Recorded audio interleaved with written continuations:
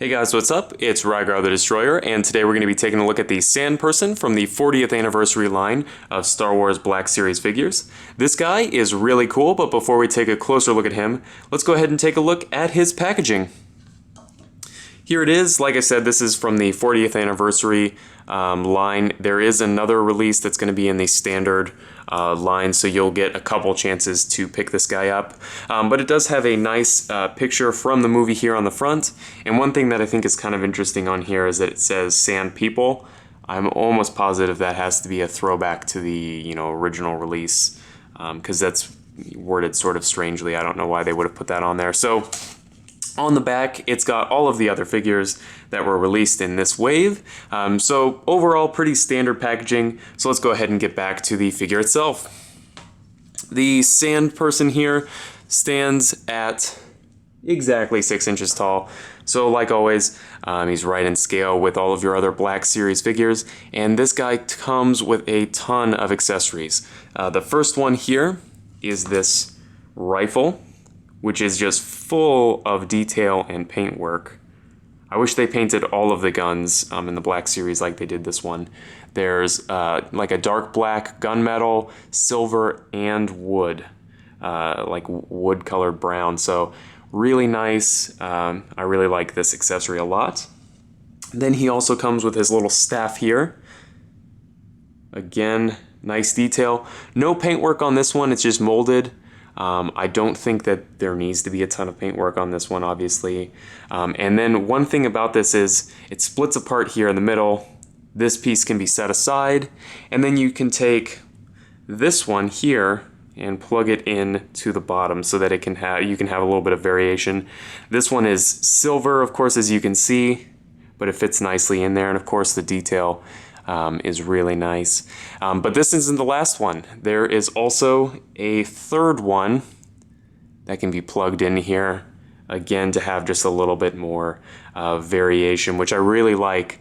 I felt like I got my money's worth with this figure for sure, so I really appreciate that. As far as the figure itself goes, as you can see, it's got some soft goods and some vinyl, which is in my opinion, the perfect way to do a figure like this. I don't think that you could have done this part of the cloak with vinyl, so it has to be cloth. But this part you can easily do with vinyl, and I think it looks better and it lays better when you sculpt this. That's my personal opinion on it. I don't like a ton of soft goods on figures at this scale, but I think this one does it perfectly. And the fabric is kind of wrinkled looking, and it's sewed so that it hangs correctly. They just did a really nice job with it.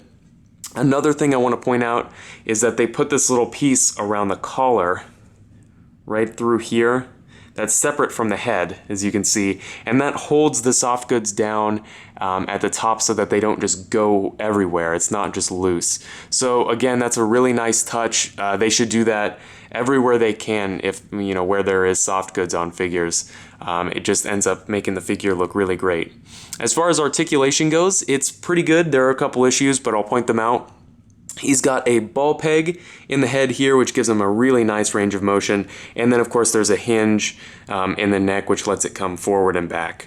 So really nice range of motion there. Ball hinge shoulders, really nice range of motion. Again, they will go 360. Obviously, you'll have to rearrange the cloak to make it look right. Then he's got hinged elbows, which are not my favorite. In the packaging, mine came all twisted around.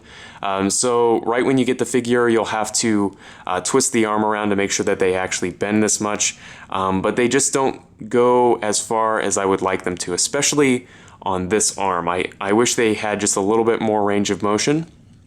And then there is a hinge in the wrist, which moves horizontally through the hand on both sides. There's what feels like a ball peg at the waist. But it's basically going to just function as a swivel. You're not going to get a ton else out of it. Underneath the cloak here, which as you can see is very soft rubber, he's got T-jointed hips with a nice range of motion. There is a thigh swivel, double jointed knees, hinged ankles with a nice range of motion, and an ankle rocker. So this guy, aside from his elbows, It's got a ton of articulation.